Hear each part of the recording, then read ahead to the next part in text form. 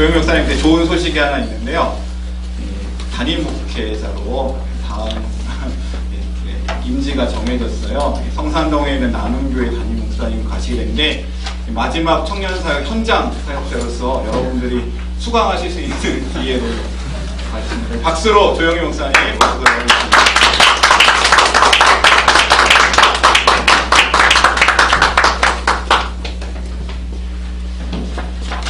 네, 안녕하세요. 반갑습니다, 여러분. 방금 이제 친구가 소개했는데요. 친구 때문에 계속 강사로 왔던 것 같습니다. 그래서 죄송한데 더 양질의 강의를 할 수 있는 분들이 있을 텐데 여러 번 오면서 또 제가 정리했던 거, 생각했던 거, 고민했던 거 이렇게 나눌 수 있었고, 그래서 이제 제가 이번에 이제 담임 목사로 12월부터 부임을 해가지고 사역을 하게 돼서 현역으로는 이제 마지막 강의가 되지 않을까라는 생각을 하고 있습니다. 저는 그 레스톤 교회에서 대학부 사역을 5년간 있었고요. 그런 다음에 분당 우리 교회 대학 일부를 개척하는 사역을 시작해서 3년 사역을 하고, 그 전에 효창교회라는 교회에서 청년 사역을 2년 정도 해서 제가 이제 사역은 12년을 사역을 했는데 그 중에 11년 동안 청년 사역을 했습니다. 또 제 얼굴 보고 약간 이제 너무 연소하지 않나 이렇게 생각하시는데 뭐 연소하긴 한 것 같습니다. 평소보다 항상 이번에는 약간 좀 기수가 어르신, 나이가 좀 더 많으신 분들이 많이 오신 것 같은데, 제가 이제 이번에 39이고 이제 40 내년에 이제 되는데, 요 기회에 또 한 교회에서 저 청빙을 들어와서 이번에 청빙해서 나가서 담임 목사 사역을 시작할 것 같습니다. 그럼 만나서 반갑습니다. 반갑습니다. 네, 이번에 참 좋았던 게 그 강자가 항상 이렇게 한 강장씩 있고 다양한 강사진을 이렇게 데리고 와가지고 좀 그분들의 아주 강점들을 좀 듣는 이런 방식으로 이제까지 이 지도자 학교가 진행됐었는데 좀 여러 가지 이제 건의가 있었던 것 같아요. 그래서 특별히 이렇게 좀 대화를 하고 좀 이렇게 소통을 하고 질문도 하고 그러려면 한 강좌 끝나고 다음 강좌부터 시작돼버리고 이런 것 때문에 좀 어렵더라라는 이제 피드백이 있어서 좀 하루씩 좀 맡겨주면 그 사람이 준비한 여러 가지 것들을 좀 이야기할 수도 있고 또 반응을 들을 수도 있고 또 구체적으로 이제 그 교회의 어떤 사정들을 좀 듣고 상담할 수도 있고 하는 시간들을 좀 만들어도 좋겠다라고 제가 지난번에 좀 피드백을 했었는데 이제 주관하는 이제 분들끼리 고민한 다음에 그렇게 좀 시간을 좀 편성을 해서 하루를 한 사람한테 맡기는 방식으로 좀 이렇게 부탁이 되어졌습니다. 그래서 저는 이제 왔다 갔다 안 해도 좋은 것도 있고요.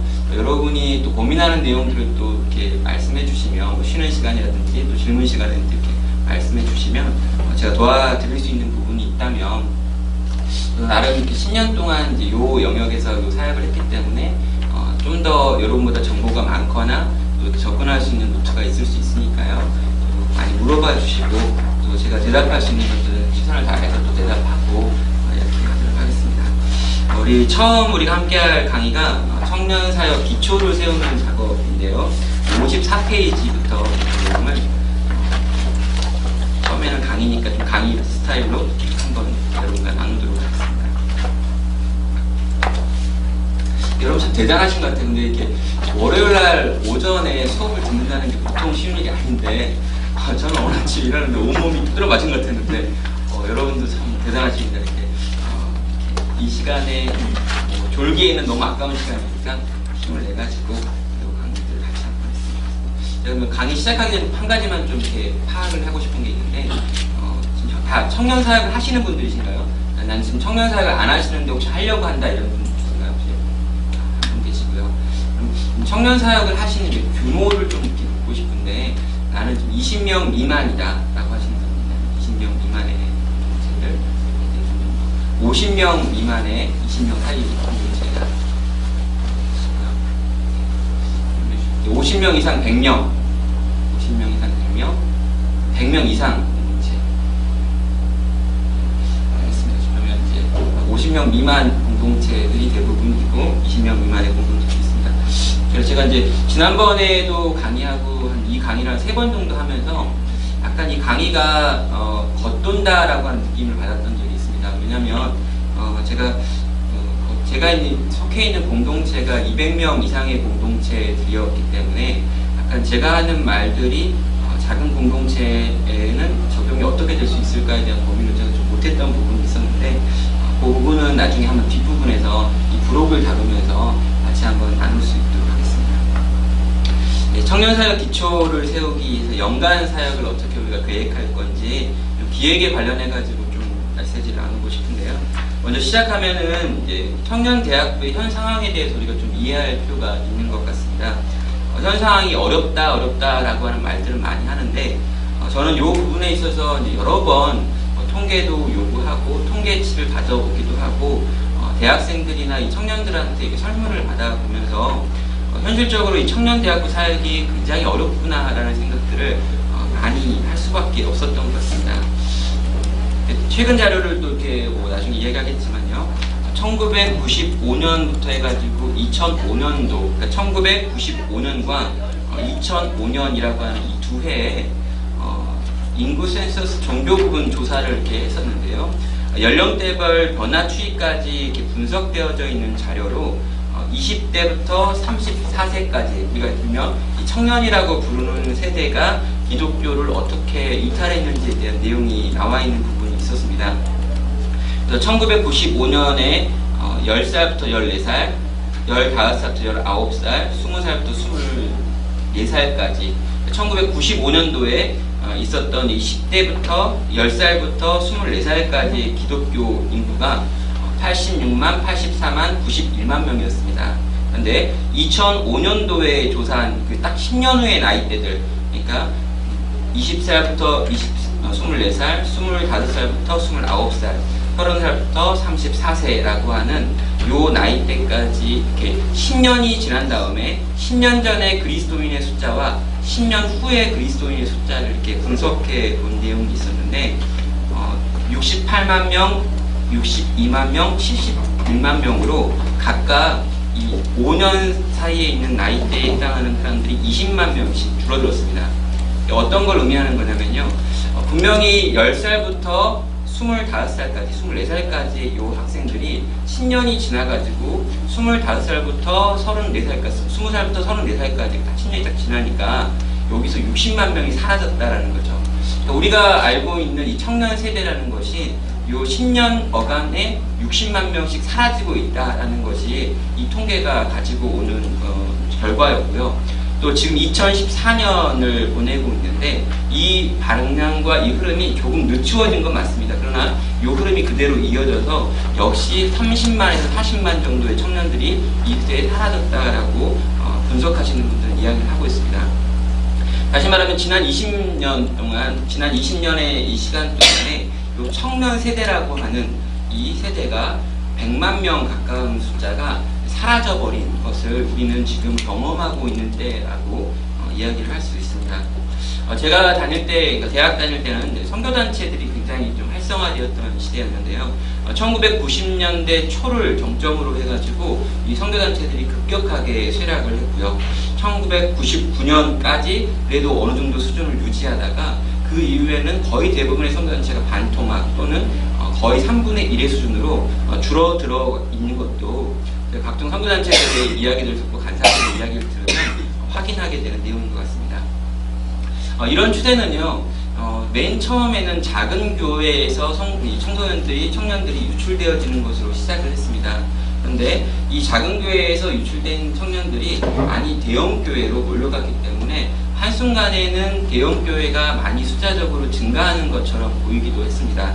사나이교회나 온누리 교회나 이런 3일교회나 큰 교회들이 청년들이 많이 모였다라고 하는 말을 듣기도 했는데요. 제가 이제 분당 우리 교회에 있으면서 또 실제로 7개 교회, 큰 교회들 7개 교회를 돌아다녀 본 결과 최근 한 5년 어간에는요, 이 대형 교회라고 하는 교회들에서도, 이 메가처치들에서도 청년들, 특별히 어린 세대의 청년들이 급격하게 사라지고 있어서 이 사라지는 것에 대한 대책을 세우는 것이 굉장히 어렵고 실제로 거의 대부분의 대책이 효력을 발휘하지 못하는 것들을 경험하고 있습니다. 좀 어떻게 설명하면 좋겠냐고 했을 때요. 처음에는 이렇게 한쪽으로 쏠림 현상이 있었다는 거예요. 그래서 이쪽에 있는 작은 교회들에 있던 청년들이 큰 교회로 몰려가서 한시적으로 큰 교회들이 숫자적으로 증가하는 것 같았으나 지금 현재는 쏠려 있긴 하지만 더 이상 쏠려 흘러갈 물이 없는 상태. 더 이상 청년들이 없다는 거죠. 그리고 흘러갈 만한 어떤 공동체가 있어도 그 공동체에 갈 만한 어떤 이 수요 자체, 공급 자체가 전혀 존재하지 않는 어떤 의미에서 굉장히 이제 힘든 상황이 현재라고 하는 상황인 것 같습니다. 제가 이제 대학생들 섬기다가요, 이제 그 대학생들이 학교에서 어떤 일을 당하는지 좀 들어본 일이 있습니다. 한 청년이 이렇게 자기가 기독교 학교에 들어갔다라고 해서 굉장히 이제 자기는 신앙을 잘 지킬 수 있을 거라는 이야기를 했어요. 그래서 이제 그 친구가 힘들 거야, 기독교 학교 들으면 요즘 그렇게 쉽지 않다라고 이야기를 했는데, 그 친구는 이제 학교에 들어가서 기독교의 이해라고 하는 수업을 듣게 됐습니다. 이 교수님이 앞에 나와가지고 이제 기독교에 대한 이해니까 찬반 토론을 해야 되니까 나는 기독교 입장에서 서서 기독교의 어떤 것들을 말하고 또 반기독교 입장에 서서 반기독교 입장을 말할 사람을 이렇게 두 편으로 이렇게 팀을 나누기로 해가지고요, 기독교인에게 손을 들어보라고 이렇게 시켰습니다. 여러분 다 알고 있는 기독교 학교 중에 여대 이야기인데요. 예, 그 학교에서 손을 들어보라고 이렇게 이야기를 했는데 그 친구는 앞에 앉았기 때문에 손을 이렇게 번쩍 들었죠. 자기 그리스도이니까. 그렇게 들었거든요. 이렇게 아주 세게 가르쳐가지고 어디 가든 넌 그리스도라고 이야기했기 때문에 번쩍 들었는데 주변의 분위기가 굉장히 싸해지면서 자기를 쳐다보고 있는 느낌이 들더라는 거예요. 200명이 같이 듣는 수업이었는데 자기 혼자 손을 들었다는 거죠. 그 뒤로 200명, 그러니까 300명이 같이 듣는 교양 수업이었는데 300대 1의 싸움을 1년 6개월 내내 하면서 그 친구가 많이 울고 많이 힘들어했던 이야기를 했습니다. 예, 물론 그리스도인이 있습니다.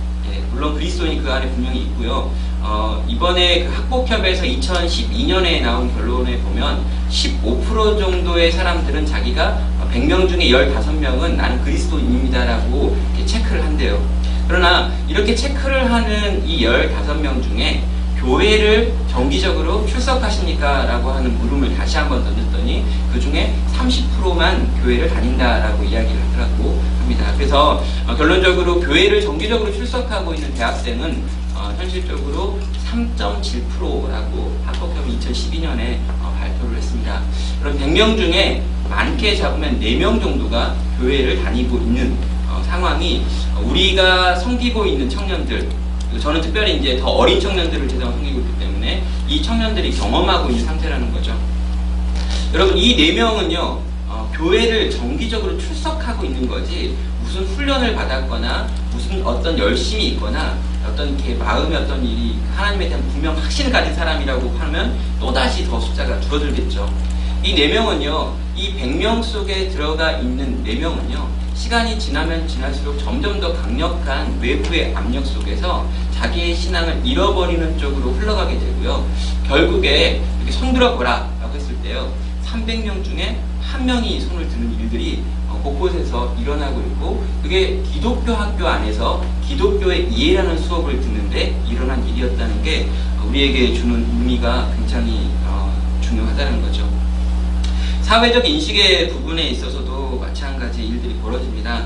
기독교가 또 목사가 여러 가지 비판의 대상이 되어지고, 그런 부분에 있어서 이전에는 좀 감춰지고 가려졌던 부분이 있었다면 지금은 이런 부분이 굉장히 노출이 많이 되어 있고, 또 악의적인 어떤 그 안티나 이런 부분에서 이것들을 강조하고 더 많이 청년 세대가 SNS나 이런 부분들을 듣기 때문에 어른들이 가지고 있는 교회에 대한 반감과 어떤 정보에 비해서 청년들이 가지고 있는 정보는 훨씬 더 한쪽에 치우친 정보들을 가질 수 있습니다. 그리고 이런 부분이 이제 많이 이렇게 되어 있다 보니까 실제로 이 청년들이 교회를 선택하고 결정하는 게 굉장히 어려운 요소 중에 하나죠. 실제로 제가 이제 청년대학교 7개 교회를 탐방해 본 적이 있습니다. 제가 이제 내수동교회 때도 2주 동안 이렇게 휴가를 받아가지고 7개 교회를 탐방을 했고요. 또 분당 우리 교회 대학부에서도 실제로 이 대학부가 어떤 식으로 나아가야 될지를 알기 위해서 여러 차례 이제 청년 사역을 잘한다라고 하는 교회들, 몇몇 그 청년 사역으로 특성화되어 있는 교회들을 찾아가서 탐방을 해본 결과 이 청년이라고 불려지는 실제로 이 20대 말부터 30대 초까지에 있는 요 대상들은 여전히 좀 견고한 그룹들이 있습니다. 그러니까 20대 후반부터 30대 초반까지의 그룹들은요, 아직도 이렇게 뭔가 이렇게 의미를 가지고 사역하고 있는 그룹들이 있는데요. 실제로 이 20대 초반부터 해가지고 중반 또는 요 20대 초반의 요 세대들은요, 대부분의 공동체가 청년사회가 잘한다고 소문이 나서 찾아가서 물어보는데도 불구하고 굉장히 힘들다라고 하는 것이 전체적인 입장입니다. 일단 고등부 때 입시라고 하는 것 속에서 거의 대부분 믿음이 없는 채로 교회는 다녀주다가 올라온 이 친구들이 일단 100대 4라고 하는 거대한 이 비율 속에 들어가 버리면 그 뒤로 교회가 그들에게 영향력을 미치기가 굉장히 어렵고, 이런 와중에 청년사역이 굉장히 이제 후퇴하고 있는 상황들을 경험하면서 계속해서 어떤 대책들을 만듭니다. 뭐 X2를 만든다거나 또 이렇게 우리 전도폭발에 좀 젊은이 버전을 만들어가지고 활용해가지고 또 이렇게 부분적으로 지구촌 교회 같은 경우 그 교회는 요걸 가지고 좀 특성화시켜가지고 굉장히 많은 청년들이 몰려온다라고 하는 말도 좀 하고 있고요. 오늘의 교회도 어떤 대책을 만들어가지고 또 분가한 방식으로 하고 있고요. 또 사랑의 교회도 어떤 대책을 마련을 하고 있는데, 이런 대책들이 잠깐 통할 수 있고 실제로 이것이 이렇게 영향을 없진 않습니다. 그렇게 많이 노력하고 많이 투자하니까요. 근데 정말 이게 쉽지는 않은 상황인 것 같습니다. 자, 그래서 우리는요, 먼저 이렇게 시작하면서 서로를 좀 위로하고 시작할 필요가 있어요. 저렇게 가장 어려운 영역으로 뛰어드신 여러분을 제가 이렇게 축하할 수가 없습니다. 저는 위로할 수밖에 없는 것 같아요. 제가 정말 이렇게 저는 이제 이 청년사역에서 이제 내려놓게 됐지만, 이 청년사역을 현재 하고 계신 분들에게 할 수 있는 표현은 정말 이 일이 어려울 것이다 라고 하는 이야기죠. 여기서 끝나진 않았습니다. 마지막 부분에는 제가 이 청년사역에 주는 유익과 기쁨과 감격에 대해서 나누면서 뭔가 희망을 좀 메시지를 할 텐데, 오늘 이렇게 오전에 시작하는 거니까 이 절망에서 같이 한번 시작하는 거예요. 좀 서로가 좀 이렇게 위로가 필요한 것 같아요. 얼굴이 다 위로가 필요하거든요. 정말 위로하고요. 이런 상황 가운데 하나님이 우리를 여기 이 자리로 부르셨다면 과연 하나님 우리에게 뭘 원하실까? 울며 씨를 뿌리러 나가는 자의 수고를 원하시겠다라는 생각을 가지고 있습니다. 자, 그러면 이제 좀 본격적으로 이런 현실 속에서 우리가 할 수 있는 것들을 좀 같이 정리해보면서 분석하고 같이 나눠봅시다. 먼저 분석이라고 하는 부분에서요, 저는 청년 사역자가 과도한 부담을 짊어지는 건 옳지 않다라고 생각을 합니다. 그래서 청년 사역자가 청년 사역자로서 해결할 수 없는 문제들이 있는데, 이 문제들은 그냥 넘어가자라고 생각해요. 물론 이 문제까지 다뤄야 된다고 말씀하시는 분들이 있습니다. 첫 번째는요, 20세대를 바꿀 수가 없어요. 이게 가장 강력한 적인데 얘랑 싸울 수가 없습니다. 이 고등학생들이, 이 고3들이, 또 부모들이 갖고 있는 이 20세에 대한 이 거대한 짐, 재수생들이 교회 안 나오는 이런 거, 이걸 바꿔보려고 했다가 엄마들한테 엄청 심하게 혼났어요. 이게 안 되는 문제구나 라는 생각이 들었습니다. 그래서 저는 이거 포기했습니다. 진로 문제, 입시 문제 이런 것들은 그냥 모르겠다. 또 대사회적으로 교회가 갖고 있는 이 망가진 이미지를 고치는 것, 이것도 저희가 할 수 있는 어떤 거시적 대안들이 아닌 것 같다라는 생각이 들었고요. 교회 전체의 풍토와 관련해가지고도요, 청년 사역자가 교회의 풍토를 바꾸려고 할 때 청년 사역자들이 쫓겨나지 교회 풍토가 바뀌는 경우는 없다라는 걸 제가 알게 됐습니다.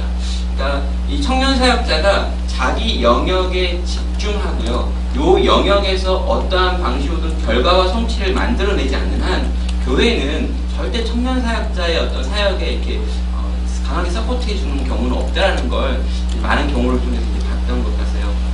그래서 우리가 뭘 할 수 있을까, 또 뭘 해야 되는가라고 질문을 할 때 청년 사역자가 감당할 수 있는 영역들이 무엇일까라는 질문들을 할 수 있었습니다. 먼저 우리가 할 수 있는 건요, 공동체의 영적인 문제에 대해서 우리는 깊이 관여할 수 있습니다. 사역자는요, 이 영적인 문제에서 일단 문을 이렇게 열어내지 않으면 다른 영역에서 우리가 어떤 두각이나 어떤 영향력을 미칠 수가 없다는 거죠. 첫째, 설교의 영역입니다. 또 양육과 사역과 영적인 기대와 목표를 세운다라고 하는 측면에서 사역자는 굉장히 평신도와 다른 주도성을 가질 수 있는 거죠. 설교의 영역은요, 정말 우리가 이렇게 할 수 있는 가장 이렇게 쉬운 영역일 뿐만 아니라 어려운 영역이고요. 이 영역이 바뀌어지면 많은 것들이 변화되기 때문에 이 부분들을 우리가 집중하여 할 수 있고요. 또 여러분, 조직을 세우는 것, 아무리 작은 규모라 할지라도 여기에는 조직이 필요하고요. 또 1년을 살아가기 위해서 우리가 기획을 해야 되고요. 또 그것과 관련해가지고 이것들을 추진하는 방식과 방법에 있어서도 여러 가지 우리가 이렇게 할 수 있는 내용들이 있다라는 겁니다. 그래서 우리는요, 이 부분에 집중해 보자는 거죠. 크고 높고 우리가 만질 수 없고 바꿀 수 없는 것들은 이렇게 놔두고 그건 좀 더 훌륭한 사람들한테 맡겨주고요. 우리는 우리에게 속해 있는 이 영혼들, 이게 20명이든 30명이든 50명이든 이 영혼들에 집중하면서 우리 공동체를 어떻게 바꿀 것인지 생각할 수 있는 것 같습니다. 제가 뭐 중간에 잠깐 또 이야기하겠지만요. 저는 이제 내수동교회 사역을 시작할 때는 그 내수동교회가 160명 정도 대학교가 있었습니다. 뭐 이런 이야기를 뭐 해야 되겠죠. 근데 그때 어떤 일이 있었냐면 내수동교회가 250명 정도 이렇게 모이는 공동체였는데 그 전해에 한 명이 자살하는 사건이 있었어요. 근데 이 학생이 생활 공동체라고 하는 공동체에 함께 있는 사람이었고 또 리더였습니다. 그래서 이 친구의 자살이 공동체에 굉장히 큰 파문을 일으켰고요. 또 같은 해에 북한으로 가서 장기 선교를 하고 있었던 또 한 엘더가 여기서 이제 북한 A형 간염을 걸려가지고 한국에 돌아왔지만 또 이렇게 죽었습니다. 이 두 명이 죽었는데요. 한 해에 두 명이 갑작스럽게 죽는데 둘 다가 이제 공동체 추경인 거예요.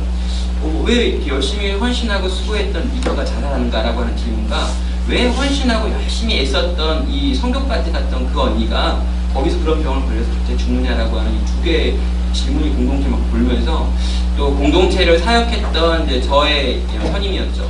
저의 선임이었던 이 사역자는 도대체 사역을 못하겠다라고 하는 결론에 이르러가지고 신대원 3학년이었는데 그 친구가 신대원을 그만두고 자퇴하고 나는 그냥 사업하겠다 해가지고 한국을 떠나버렸습니다.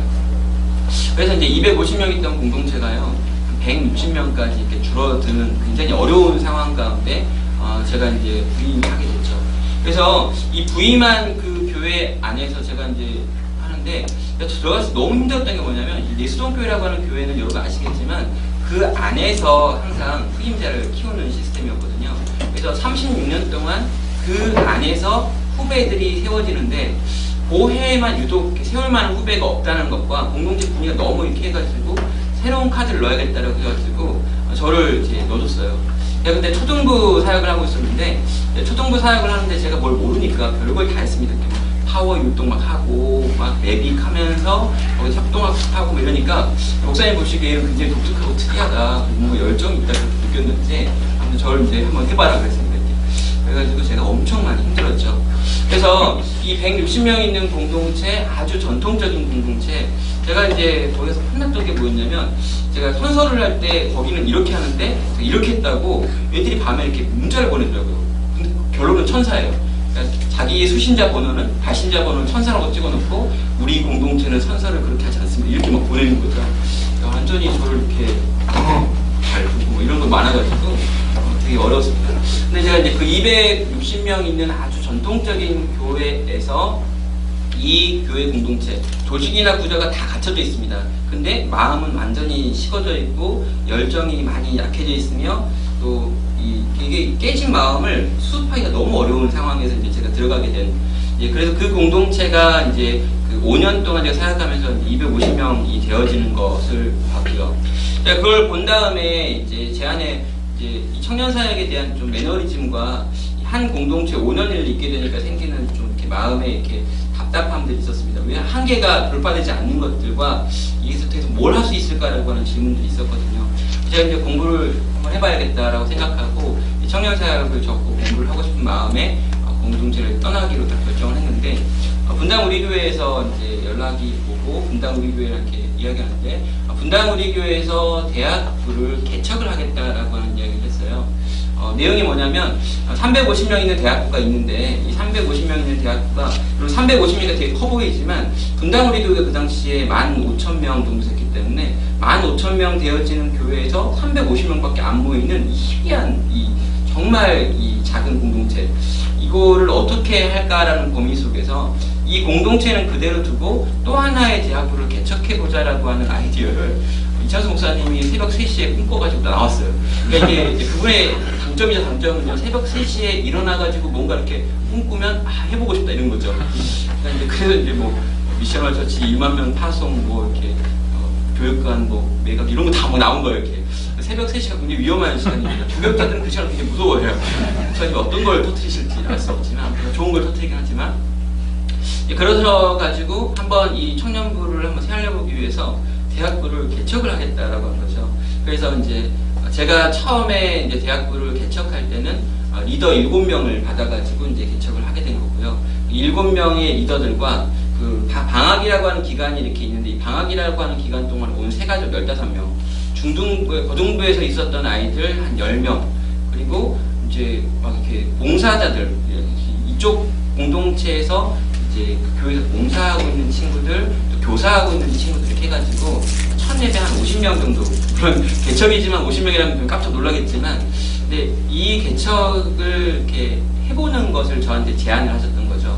그래서 제가 그때 마음 가운데 청년사역을 이제 더 이상 못하겠다라고 하는 마음이 있었는데 갑자기 개척이라고 할 때 제 마음에 약간 열정이 생겼어요. 그래서 제가 배우고 생각하고 꿈꾸고 준비한 이것들을 과연 이 개척하는 공동체, 그리고 리더가 7명밖에 없는 공동체, 심지어 뭐 반주자도 없어가지고 어른에서 이렇게 불러오고, 그러니까 이 이찬수 목사님 스타일 자체가 살아남아봐라라고 하는 시스템이기 때문에 뭐 도와주는 경우도 없고요. 그냥 해봐. 그런 다음에 할 수 있는지 없는지, 이렇게 살아남으면 사자, 없으면 죽고, 뭐 이렇게 하는 얘기예요.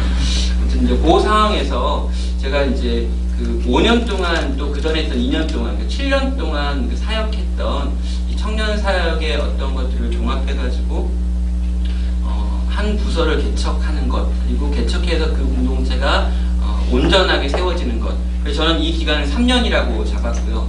이 3년 내에 제가 어떤 목표와 꿈꾸는 어떤 방향과 이것들이 성취되어진다면 이제 청년사역에서 제가 내려놓겠다라고 하나님께 기도하고 시작을 했습니다.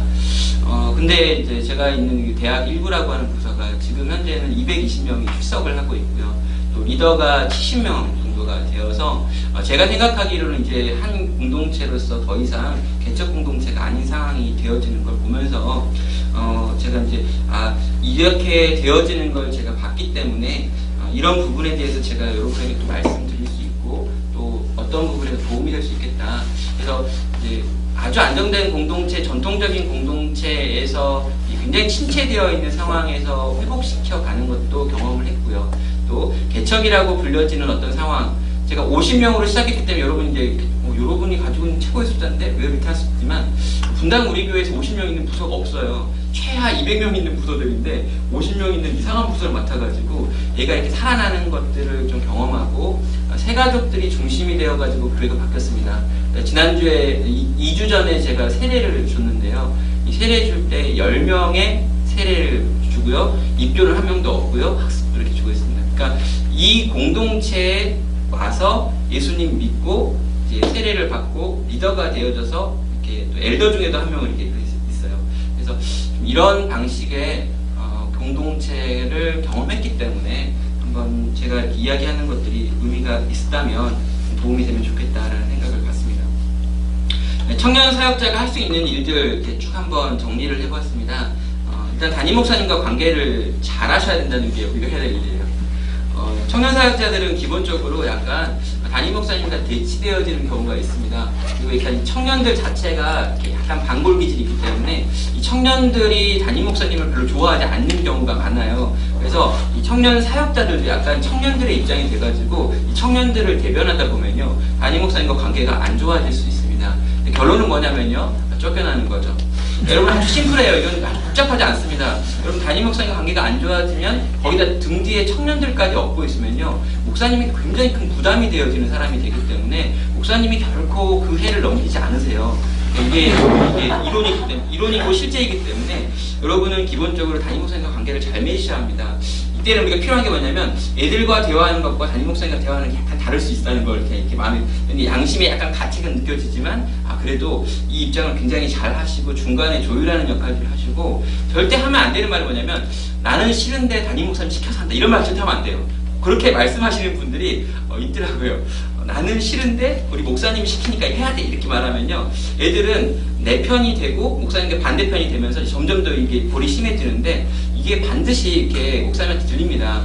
그래서 여러분이 해야 될 일은요, 담임 목사님과 친해지는 거고요, 담임 목사님과 많은 걸 소통하는 거고요, 또 많은 것들에 대해서 나눔을 하면서 조언을 받는 거예요. 그걸 다 하든지 안 하든지는 좀 떠나서요, 적어도 여러분이 그분과 친밀한 관계 가운데 있을 때 내가 하고 싶은 개혁의 방향과 목적들이라고 하는 것들이 가능해집니다.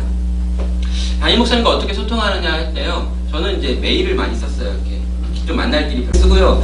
정말 담임 목사님 특히 좋아하는 이야기들이 있어요. 이렇게 애들이 변화받았다거나 또 애들이 이렇게 담임 목사님, 그러니까 담임 목사님 생일 같은 때 있잖아요. 애들이 쓴 카톡을 담임 목사님께 제가 다 모아가지고 보내준다 이렇게 하면요, 읽으실 시간이 없지만 기분은 좋은 거예요. 우리 청년들이 날 좋아하는구나. 그리고 뭐 이렇게 특별한 때 특별한 기회에 담임 목사님이 집에 통령부에서 설교할 수 있는 기회를 드린다거나 어떤 것들에 대한 정보를 많이 들으면 이 청년부가 어느 교회 같은 약간 섬의 느낌이 있는데 이런 부분에 있어서 이런 것들을 소통을 잘해야만 하면 교회 청년들이 돌아다니는데 왜 안 기쁘겠어요?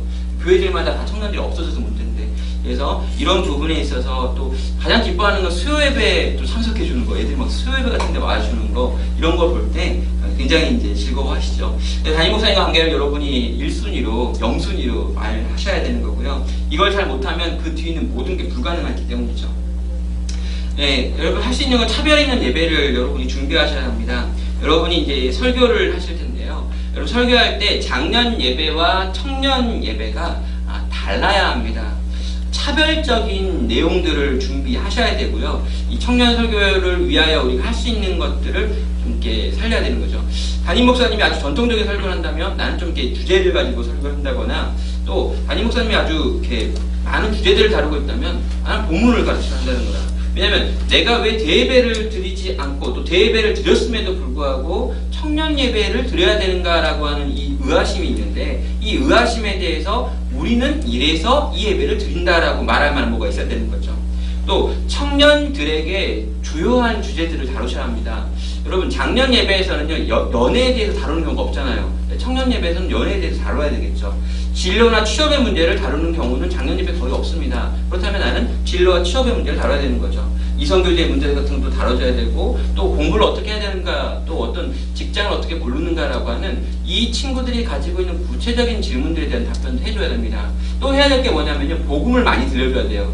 이미 교회는요, 대부분 장년들을 향한 메시지는요, 복음을 들려주기보다는 복음에 입각한 삶에 대한 메시지가 많습니다. 그렇다면 우리는 복음 자체를 들려주어서 이 청년기에 있는 사람들이 복음을 점검하고 참된 성도가 되도록 도와주는 과정을 쭉 밟아준다면 청년들은요, 대예배와 우리 청년부 예배의 차별성을 경험하게 되죠.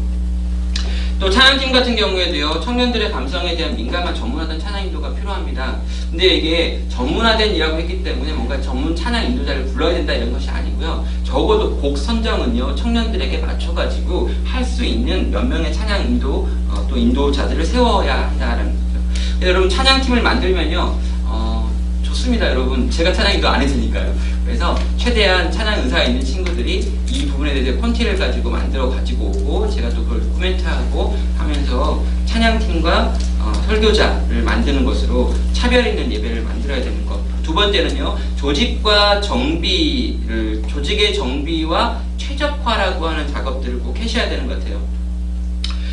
가용한 인적 자산이 어떻게 되는지를 좀 평가하고 분석하셔야 됩니다. 또 가용한 물적 자산이 얼마인가, 어떤 것인지를 또 평가해야 되죠. 재정을 얼마를 쓸 수 있는지, 공간을 어떻게 쓸 수 있는지와 같은 문제들 여러분이 고민하셔야 됩니다.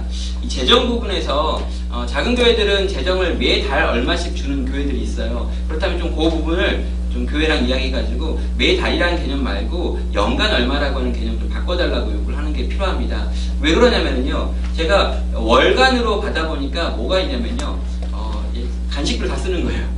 그러니까 월에 20만원, 그러면 이 20만원을 어떻게 씁니까? 간식비밖에 쓸 게 없는 거예요. 근데 만약에 1년에 내가 300만원을 받는다라고 하면 이 300만원에 대한 계획을 세울 수 있죠. 뭐 수련회에 집중한다거나 어느 전도 축제에 뭐 집중한다거나 하고, 나머지 간식비는 너네가 사서 먹으라고 하면서 할 수 있는 거예요. 근데 20만원 매달 받는 거 뭐예요? 이렇게 물어보면 할 게 없거든요. 그래서 이런 부분에 있어서 연간 예산으로 바꿔달라는 것과, 이 연간을 바꾼다 그러면 여러분이 그거에 대한 계획을 세우고, 그것에 대해서 연간 계획서와 연간 이 재정을 사용을 어떻게 할 것인가에 대한 계획 같은 걸 내면 되겠죠. 그래서 이런 작은 부분들이 실제 교회의 신뢰를 얻는 부분이기도 하고요. 우리가 주는 돈을 너네가 간식비로 쓰지 않냐 이렇게 하는 말이 아니라 뭔가 행사와 어떤 집중되어지는 어떤 계획들이 있다는 것들을 보이는데 쓸 수 있습니다.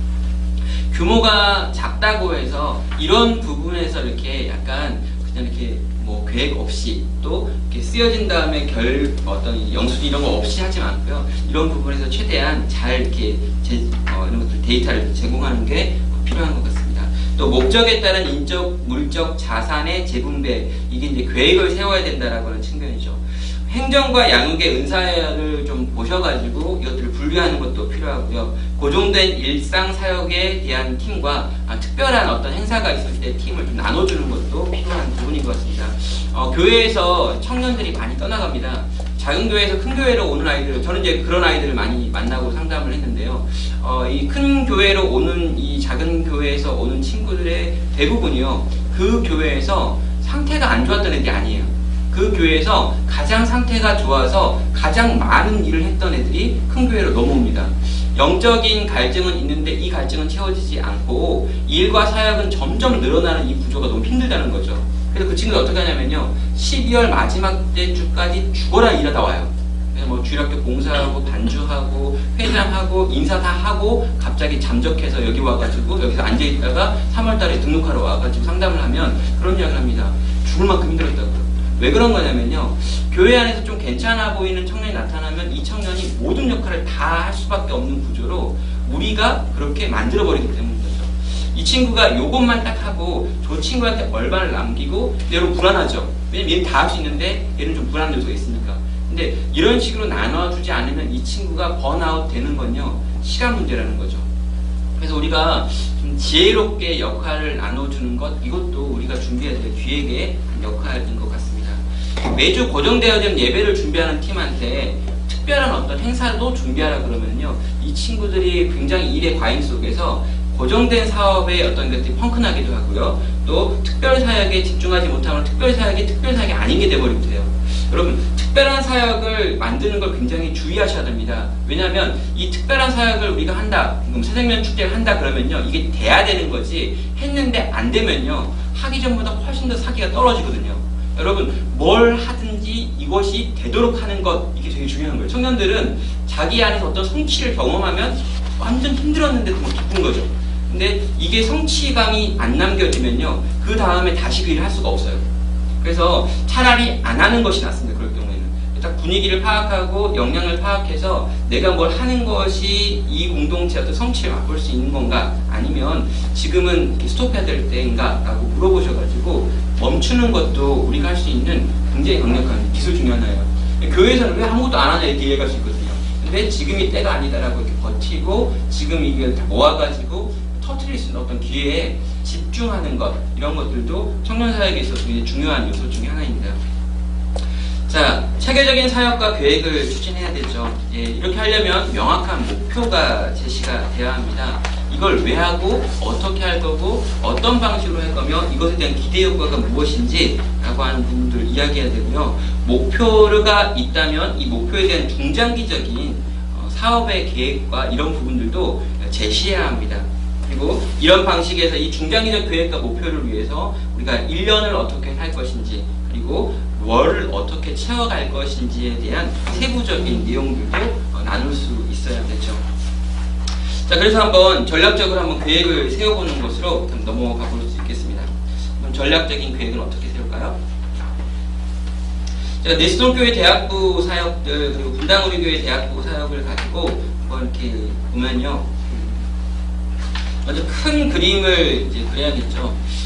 제가 이제 묻고 싶은 것 중에, 저는 이제 청년 사역을 22살 때 예수님을 영접하면, 21살 때 제가 예수님을 영접하면서, 제가 이제 영접할 때 은혜가 좀 있었어요. 이렇게 큰 은혜를 좀 누리면서, 좋다 그러면서, 순간 제가 실수로, 내가 이제 주의 종이 돼서 말씀을 전하는 목사가 되겠습니다라고 실수로 이렇게 고백을 해버렸습니다. 그러니까 이게 제가 좀 생각이 좀 깊었어야 되고, 기독교 세계관이 있었더라면, 좋은 장로가 되겠습니다 이런 결정을 할 수 있는, 좋은 교수가 되겠습니다 이런 걸 결정을 했을 텐데, 근데 제가 아는 게 너무 없어가지고요, 은혜를 받으면 목사가 되는 수밖에 없는 줄 착각해가지고 목사가 되겠다고 말해버린 거예요. 그러니까 후회를 많이 했습니다. 정말 지금도 계속 후회하는 중 중에 하나인데, 아무튼 이제 그때 큰 이제 은혜 속에서 결단을 하고, 그때 제가 선교단체 수련회에서 예수님을 영접하게 됐기 때문에 그 선교단체를 하면서 제가 3학년 때 제가 이제 기도를 하는 가운데 하나님 저에게 소원이 있는데 저는 30대 모든 시간을 청년들을 섬기는 목회자가 되고 싶은데라고 기도를 했어요. 제가 그때 너무 간절하게 하나님께 기도했고요. 하나님이 그 기도를 기뻐하시는 것 같았습니다. 그래서 제가요 30살부터 39까지 그러니까 29살부터 39인데 청년 사역을 할 수 있었습니다. 그럼 제가 너무 기뻤어요. 하나님께서 제 삶 가운데 청년 사역을 내가 하겠다고 또 할 수 있게 해달라고 기도했고 하나님이 신실하게 들어주셔서 좀 대형 교회, 좋은 교회들에서 이 청년 사역만 할 수 있는 은혜를 경험하게 해주셨죠. 근데 여러분 이게 쉽냐라고 물어보면요 쉽지가 않습니다. 제가 처음에 30대 초반에는요 청년 사역하는 게 되게 좋았어요. 여러분 30대 중반이 되니까요 힘들어요. MT가 되게 힘들어요. MT. 청년 사역 기본적으로 MT가 엄청 많거든요. 내수동교회에 있을 때는 이제 수련회를 많이 했는데 여름에 수련회 7개를 제가 진행을 했습니다. 7개를 하다가 길에서 한번 쓰러진 적이 있어요. 이렇게 다 끝내고 이렇게 집으로 이렇게 가는 길에 칸트를 끌고 이렇게 가는데 그 횡단보도가 있어가지고 횡단보도 빨간불에서 제가 거기 서 있었거든요. 근데 제가 그 뒤에 기억이 안 나요. 그러니까 횡단보도 그 앞에서 제가 그 카트를 끌어안고 자고 있더라고요. 그래가지고 평소에 5분이면 되는 거리인데 거기를 이렇게 올라가는데 35분인가? 가다가 이렇게 몸에 진이 다 빠져버린 거죠. 정말 힘들었습니다. 그리고 이렇게 청년 사역을 여러분이 잘하시면요, 여러분 청년 사역을 잘한다는 것과 실제로 기획을 잘한다는 것과 설교를 잘한다는 것과 다 맞물려 있어요. 그래서 여러분이 청년 사역을 잘하시면요, 사람들이 여러분을 주목할 겁니다. 그래서요, 어떤 일이 벌어지냐면요, 행정 목사를 해라 이런 말이 막 나와요. 왜냐면 이제 좀 더 교회에 유용한 어떤 역할들을 맡기고 싶다라고 하는 제안들이 옵니다. 근데 그때는 가고 싶다 이런 생각 막 들 때가 있어요. 뭐 이런 이야기를 뭐 하면 여러분도 이렇게 하시지만 제가 그 청년 사역을 하던 그 30대 시간 속에서 청빙을 3번을 받았습니다. 물론 아주 큰 교회는 아니었지만 작은 교회들에서 저를 보고 제가 어떤 수련회나 부흥회나 이런 집회들 또 이런 곳에서 이렇게 메시지를 전하고 하다 보니까 저를 보고 생각하고 있는 분들이 저에게 담임 목사 청빙이 들어왔었어요. 이제 여러분 3번의 그 청빙 속에서 어떤 곳은 정말 가고 싶은 마음이 있었는데요. 그때마다 저는요 하나님 앞에 제가 30대를 청년들에게 쓰기로 했던 이 헌신의 이 서원을 기억하시고 있는 하나님 앞에서 제가 그럴 수 없습니다라고 매번 대답했습니다. 여러분 청년 사역을 하시겠다라고 생각하신다면요 이 일에 대하여 여러분이 기한을 정하는 게 필요한 것 같아요. 왜냐하면 이걸 끝까지 한다라고 하는 건 불가능하고요. 그렇다면 내가 언제까지 하고 어떻게 하겠다. 지금 내가 이 부서를 맡았다면 이 부서를 내가 몇 년간 하겠다라고 하는 생각을 같이 합니다. 그래서 내가 이 몇 년이라고 하는 시간을 갖게 되면요, 이 몇 년, 뭐 3년이면 3년, 5년이면 5년, 요 기간에 대해서 내가 책임질 것이고, 혹시 목사님 쫓아내면 어쩔 수 없지만 안 그렇다면 내가 이걸 남아가지고 이 내가 세운 하나님 앞에 받은 어떤 목적과 이 목적을 위한 중장기적인 계획들과 이 계획 속에서 매 년마다의 계획을 세워야 된다는 거죠. 청년 사역자들이 생각하기에 여기가 디딤돌처럼 생각하는 경우가 있습니다. 그래가지고 요거 딛고 이렇게 가야지 이렇게 생각하는 경우가 많아요. 그래서 이런 경우에는요 실제로 큰 계획과 장기적인 계획을 세울 수가 없고 중장기라고 하는 말 자체가 불가능하죠. 올 한 해의 계획이에요. 그리고 올 한 해의 계획을 세운 다음에 그걸 해결하기 위한 매 월마다 어떻게 할 것인가에 대한 이야기 정도밖에 할 수 없는 거죠. 왜요? 내년도 기약을 못 하거든요. 근데 제가 보기에 어떤 방식으로건 간에 어떤 열매가 맺히려면 저는 그 부서에서 3년 이상 사역하지 않고는 열매를 기대할 수 없다고 생각을 합니다. 왜냐하면 1년 차에는요 실제로 이렇게 마음을 나누는 것도 힘들어요. 내가 저 사람과 친해지고 저 사람과 신뢰하는 것도 어렵습니다. 그래서 1년 차에는 내가 털을 닦는다라고 생각을 하면서 이 털을 닦고 함께 마음을 공유하고 함께 뛸 수 있는 코어를 확보하는데 집중해야 되는 거거든요. 그러면요 2년차가 되어서 관계가 형성되어지면 2년차부터 뭘 할까요? 라고 하는 질문이 나와요. 뭘 하고 싶은지, 뭘 했으면 좋겠는지. 그리고요 3년차가 되면은요 나와 마음이 하나가 된 동료들과 함께 무언가 일을 적극적으로 추진할 수도 있고요 밖으로 나가볼 수도 있고요 뭔가 이렇게 돌파해 볼 수도 있습니다. 그래서 여러분이 만약 나는 3년을 하겠습니다, 목사님 저는 3년 하겠습니다 이렇게 이야기하고요 이 3년간 1년차 때 이런 일이 있을 거고 2년차 때 이런 일이 있을 건데 3년차 때 그런 일이 일어나는 것들을 목사님이 기대하면서 저와 함께 동역했으면 좋겠다. 이렇게 단기적인 계획들을 여러분 말씀해야 됩니다. 물론 단기적인 계획 숫자예요.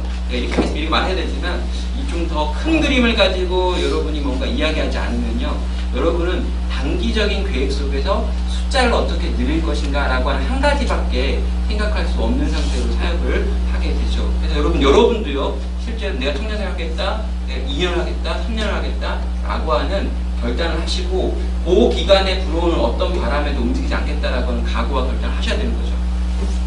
이걸 하는 것과 하지 않는 것은요, 굉장히 큰 차이가 있습니다. 바람이 불면 가겠다라고 생각하면요, 우리 학생들도 다 압니다. 애들도 굉장히 영적이기 때문에요, 빤히 보면 우리 목사님 눈이 흔들리고 있구나, 우리 전도사님이 지금 초점이 약간 흔들렸어, 그렇구나, 이렇게 하면요, 가는 거 다 알아요. 그러면요, 마음을 주지 않고 아무런 결과나 성취도 없죠. 여러분도 먼저, 나도 먼저 너네가 가지 말라고 그랬더니 나도 안 가는 거예요. 그러면 거기에 대해서 우리도 결단을 하셔야 이런 계획을 세울 수 있죠. 그러면 여러분, 이제 큰 그림을 그려야 됩니다. 주님이 공동체를 향해 어떤 그림을 가지고 계시는지 기도하고 말씀하면서 찾아내셔야 되죠. 이게 우리가 가져야 될 3년이면 3년의 꿈꾸는 어떤 계획들을 찾아내는 과정입니다. 제가 분당우리 레스동교회에 부임했을 때 그 상황은요, 너무 처참한 상황이었어요. 그래가지고 이 처참한 상황에 제가 어떻게 할 것인가 라고 하는 질문에 답이 없었습니다. 그래서요, 저는 하던 대로 모든 걸 다 했어요. 그래서 성령님도 해보고 모두 해보고 제가 알고 있는 모든 기술들이랑 기술들 다 동원을 해봤는데 1년 동안 하고 난 다음에 생긴 건 절망이었어요. 뭘 했는지 모르겠더라고요. 그러니까 여러분, 매번 열심히 했지만 뭘 했는지 모르겠다라는 걸로 1년이 끝났고, 공동체 숫자적으로 몇 명이 증가했다 떨어졌다 이런 건 둘째치고, 제가 지금 뭘 했는지 모르겠고 열심히 뛰었던 애들도 뭘 했는지 모르겠다는 거예요. 그래서 생각했던 결론이, 1년이 끝난 다음에 모여가지고 제가 했던 게 뭐냐면 아무것도 하지 말자라고 하는 결론을 내렸어요. 아무것도 하지 말고 우리가 지금 12월부터 내년에 2월 첫째 주에 수련회가 있는데 12월과 2월은 아무것도 하지 말고 모여서 기도하자라고 얘기했습니다. 그래가지고 가능한 아이들이 다 모여가지고 매일 아침에 기도회를 했어요. 2달 동안 매일 아침에 토요일 빼고 주일 빼고 기도를 시작했습니다. 그래서 기도를 쭉 하고 하나님께서 우리 가운데 주실 것들이 무엇인지에 대해 기대하는 마음을 달라고, 방향을 달라고, 목적을 달라고 쭉 기도했어요. 그리고 그렇게 한 40일 넘게 같이 이제 청년들과 기도하는 가운데 공동체 안에 어떤 흐름이 이렇게 만들어지기 시작하는 거죠. 영적인 어떤 회복의 기운이요, 뭔가 이렇게 사람들 안에 가운데 살아나고 있는 것들과 이제 뭔가 좀 할 수 있겠다라고 하는 마음이 생겨났을 때 수련회 갔습니다. 그리고 이제 이 수련회가 되게 중요했는데 그때 수련회 우리 화정국 목사님을 이제 모셨죠. 그래서 화정국 목사님 오셔가지고 복음을 다시 들려주시고요, 회심에 대한 메시지를 들려주시고, 요 안에서 이제 기도로 뜨거워져 있던 우리의 마음 가운데 우리가 무엇을 위해 무엇을 집중하는 공동체인가에 대한 말씀이 떨어졌다고 생각을 했고요. 이 두 가지 말씀과 기도 속에서 공동체에 대한 큰 그림들을 그리고 이 그림들을 가지고 앞으로 우리가 몇 년이건 가보자 라고 하는 이야기들을 할 수 있었습니다. 물론 이렇게 이제 계획하는 가운데서 이렇게 하나님이 주신 꿈에 대해서 성취할 것들에 대해 준비하는 과정에서 우리가 가지고 있는 인적 자산이나 물적 자산이 얼마인지, 이런 걸 가지고 할 수 있는 구체적으로 가능한 것인지에 대한 이야기들을 나눌 수밖에 없었죠. 근데 여러분, 중요한 건 뭐냐면요, 이런 자산들이 계산되어야 합니다. 이게 아무런 생각 없이 우리가 이렇게 할 수 없으니까요. 근데 여러분, 이런 것들을 할 때 중요한 건요, 그림이 자산을 뛰어넘어야 된다는 거예요. 그러니까 자산이 있는데 이게 우리가 이만큼 있으니까 요 안에서 해보자가 아니고요, 우리가 꿈꾸는 그림은 이것보다 커야 된다는 거예요. 그래야 우리가 뭔가 열정을 갖게 되고요, 그래야 하나님이 하셨다라고 하는 게 되거든요. 하나님이 주신 꿈이 이거라면 이게 우리가 이만큼 있지만 이걸 향해서 우리가 이제 같이 가야겠다라고 생각해야 되는 거지, 여기 이걸 맞춰버리다 그러면요, 앞에 기도했던 거 말씀드린 거 다 날아가는 거예요. 여러분, 여기서 약간 믿음의 결단과 믿음의 도전을 해야 되는 거죠. 이게 필요합니다. 그러나 자산이 전혀 고려되지 않는 말을 해버리면요, 허황된 말을 한다고 했죠. 그러니까 우리가 지금 20명 모였는데, 자, 우리가 3년 후에 200명이 되겠다, 이렇게 해버리면요, 아이들이 처음부터 약간 벙집니다. 그러면 만약 200명이 될 수 있겠죠. 그렇다면 내년에 우리가 어떻게 하고요, 내후년에 어떻게 하고, 3년 차에 우리가 꿈꾸는 이런 목표를 향해서 도착하는 걸로 해서 중간중간에 단계들과 계단들을 만들어 놓고 이렇게 이끌어 가야 되는 거지, 한순간에 마지막 끝에 있는 걸 말해버리면요, 굉장히 당황하며 이루어질 수 없는 일이기 때문에 중간에 헌신하지도 않는 일이 벌어지죠. 사역의 중점을 만들어야 합니다. 꿈을 위해 무엇을 할 것인가, 무엇으로 할 것인가와 같은 이야기들을 할 수 있죠. 실험들과 실패, 그리고 했던 선택이 이런 것들입니다. 여러분, 하고요, 그 실험들에 대한 실패를 경험했습니다. 또 저는요, 일단 제가 있었던 그 내수동교회 자체가 실험이 가능한 교회였고 실패가 가능한 교회였기 때문에 이 실험과 실패를 할 수 있었던 것 같아요. 근데 제가 여러분에게 할 수 있는 말은 뭐냐면, 실험과 실패를 할 여유를 주는 교회가 거의 없을 거라는 겁니다. 여러분이 만약에 나는 개혁주의 목사고 또 어떤 개혁주의에 꽂혔어, 웨스터민스터 신앙 고백으로 52주를 가야지 라고 생각을 했단 말입니다. 그러면요, 갈 수 있어요. 그런데 이걸 시작한 다음에 여러분의 공동체 숫자가 점점점 줄어들어서 반토막이 났다라고 하면요, 여러분 이걸 끝까지 갈 수 없어요.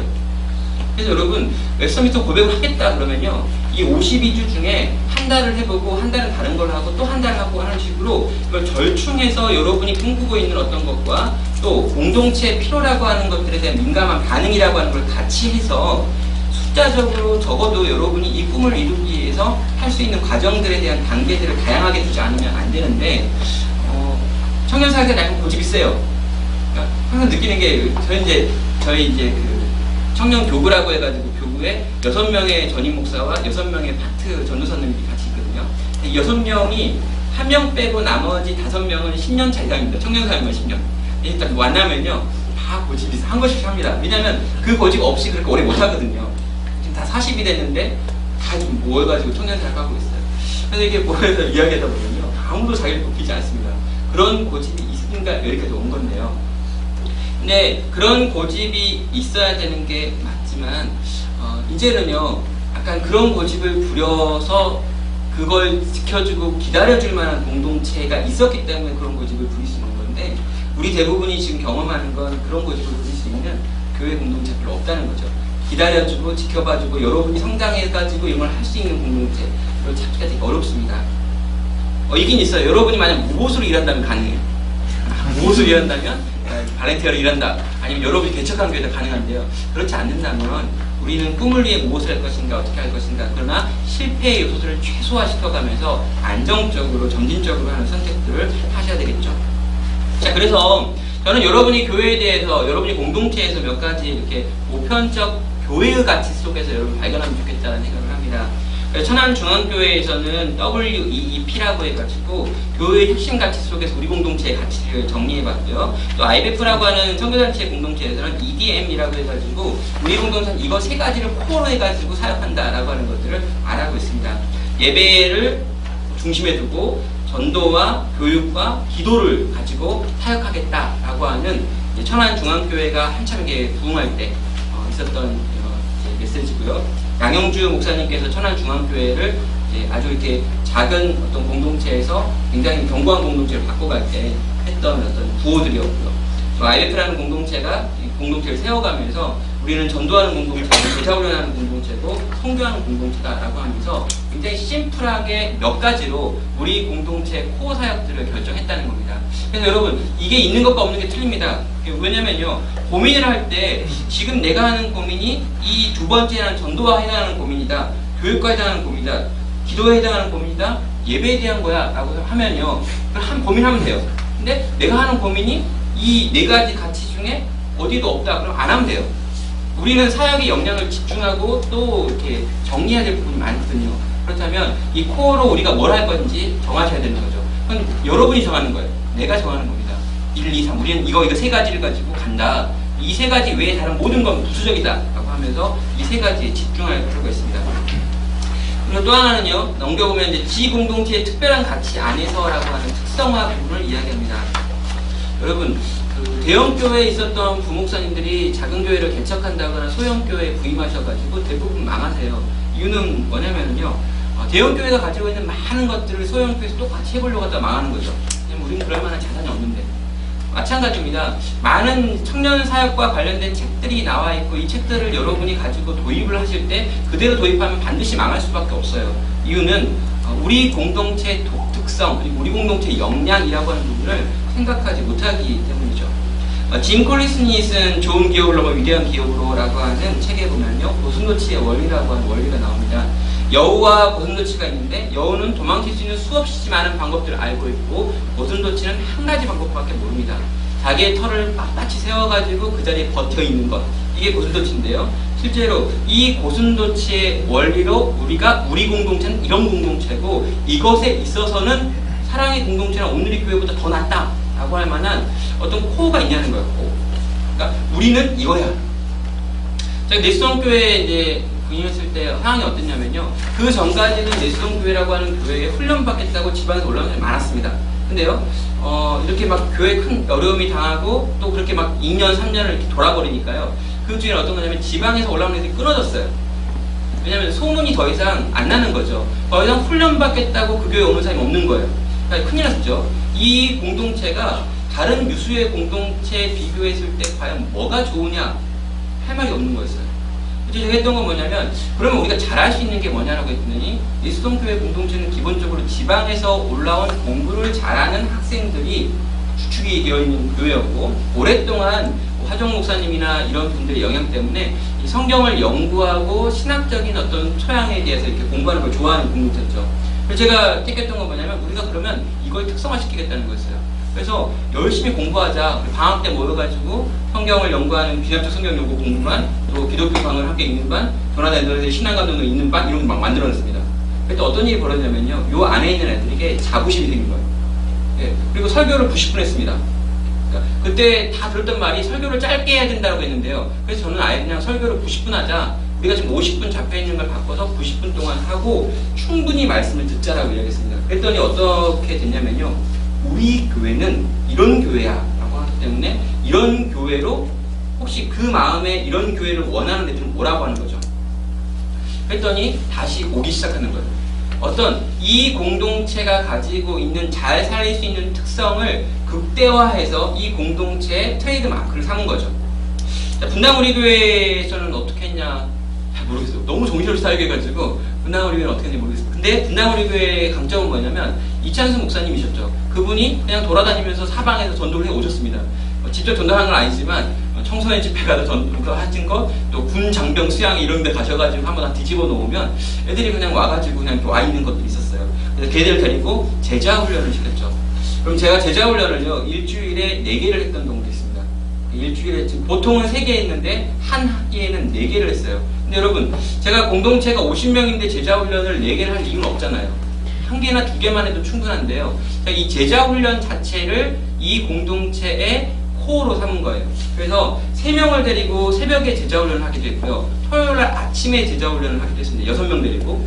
예. 왜 그런 거냐면, 이게 우리 공동체가 지금 할 수 있는 강점이라고 생각했어요. 왜요? 50명 있는 공동체에 사역자 전임이 한 명 붙었습니다. 그렇다면 이 전임 사역자와 50명이 느끼는 건 뭐냐면, 엄청나게 친밀할 수 있는 유일한 가능성이에요.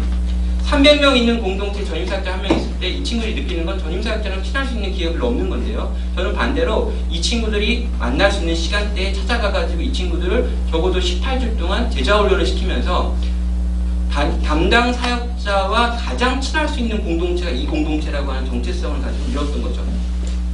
주요했습니다. 그래서 리더가 세워졌던 거고요. 그렇게 세워진 리더들이 이 한 해가 지난 다음에, 그 한 해 동안 제자훈련 7번 들렸거든요.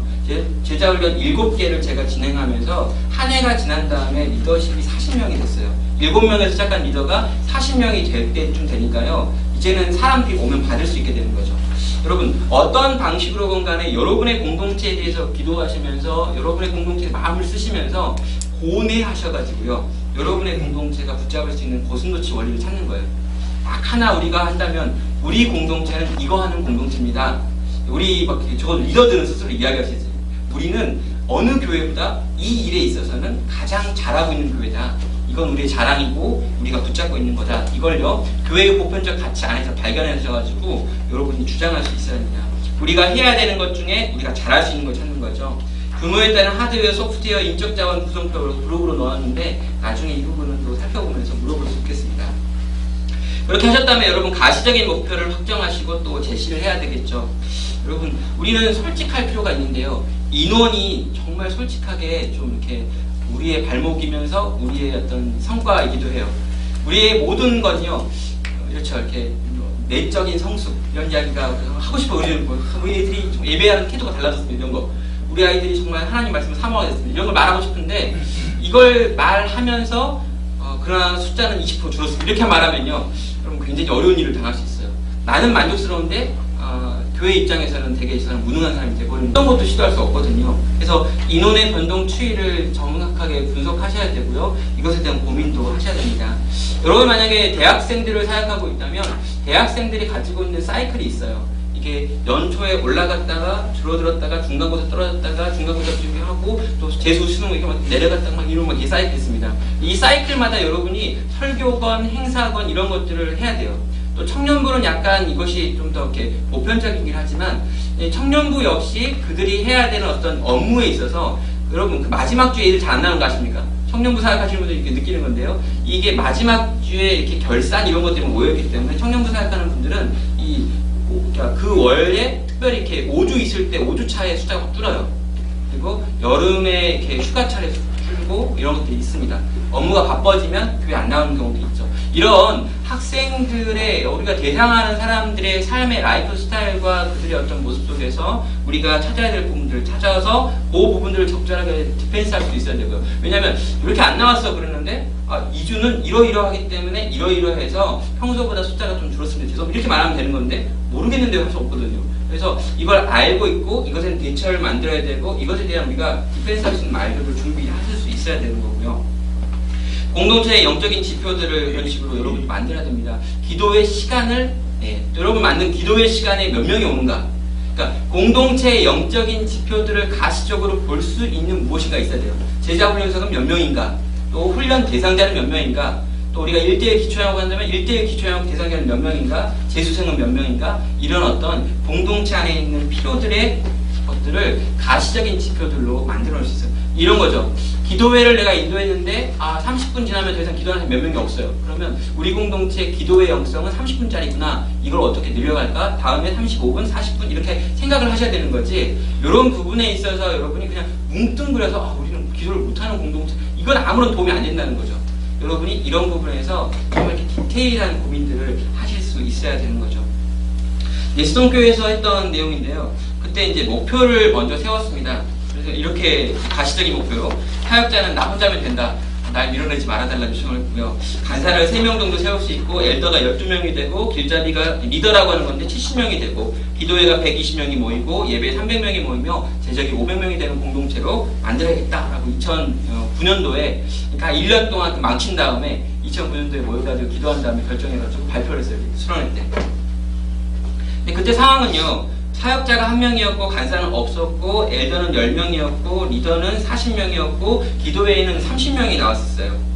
그래서 이런 상황이었는데 이렇게 가시적인 목표를 세우고 언제까지 이 목표를 우리 같이 가보자라고 이야기하고 이제 이것들을 쭉 이렇게 달려가는 과정들. 그래서 2011년 1월 달에는 사역자가 1명, 간사가 40명, 엘더가 9명, 리더가 58명, 기도회에 70명이 모이고 예배에 230명이 모이면 제적이 400명이 되었죠. 그리고 이제 제가 사임할 때까지 계속적으로 요 포스트를 해가지고 이렇게 달성률 해가지고 이렇게 써보는 거였어요. 물론 약간 유치하고 좀 떨어질 때는 약간 쪽팔리고 이렇게 했지만 여러분 이게 어떤 눈에 보이는 가시적인 목표가 있는 것과 없는 것이 주는 효과가 있어요. 적어도 사역자는 100% 채워줬다 이렇게 얘기하면서 이렇게 여전히 100%다 막 이런 이야기가 있었죠. 나중에 제가 이제 사임할 때쯤에 간사가 5명이 됐습니다. 간사가 6명이 됐었죠. 캠퍼스 간사를 세워가지고 캠퍼스에 이렇게 있었고 엘더는 12명이 됐었고 리더는 70명이 좀 넘었었고요. 기도회는 안 늘더라고요. 기도회는 100명이 된 적이 한 번도 없었는데 제가 사임하기 전에 제 소원이니까 다 모여라 그래가지고 기도 200명이 모여가지고 소원을 성취하긴 했는데 그걸 뭐 퍼센트에 넣긴 그렇습니다. 예배인은 또 250명 정도 많이 갔을 때는 270명까지 갔었는데 마지막 1년차 때 많이 좀 줄었던 것 같고요. 대적은 500명 넘어섰어요. 동일하게 이제 분당 우리 교회에서도 이제 사역을 시작하면서 어떤 계획들을 짰었는데요. 분당 우리 교회가 약간 여러 가지 변수가 너무 많은데 이 변수가 그러니까 부서 외적 변수가 컸습니다. 그래서 데이터를 이렇게 유지를 못했는데 뭐냐면 이제 담임 목사님께서 갑자기 수평이동 받지 않겠다라고 제가 부임해가지고 공동체를 개척해가지고 나와서 막 하려고 하고 있는 그 10월달에 수평이동 금지 딱 해가지고요. 오던 애들 다 못 받았어요. 그래가지고 그때 굉장히 이제 충격에 빠지고 공동체가 이제 전체적으로 어떻게 바꿔야 될까 해서 전도하는 공동체로 바꾼다고 하면서 또 한 번 전환이 일어나고 그 전환 속에서 새 가족을 중심으로 커리큘럼을 다시 짜야 되고 다시 짜놓으면 또 막 바뀌고 막 이렇게 교회 외적인 변수가 워낙 이렇게 공동체 외적인 변수가 굉장히 빠른 교회여가지고 내수동 교회는 굉장히 이제 전통적인 면이 있어서 뭔가 계획을 세우면 이걸 좀 추진할 수 있는 시간들이 있었는데 분당 우리 교회는 많은 것들을 끊임없이 수정해야 되는 약간 유도탄 같은 느낌이었어요. 교회 전체의 방향에 끊임없이 맞추지 않으면 따라갈 수 없는.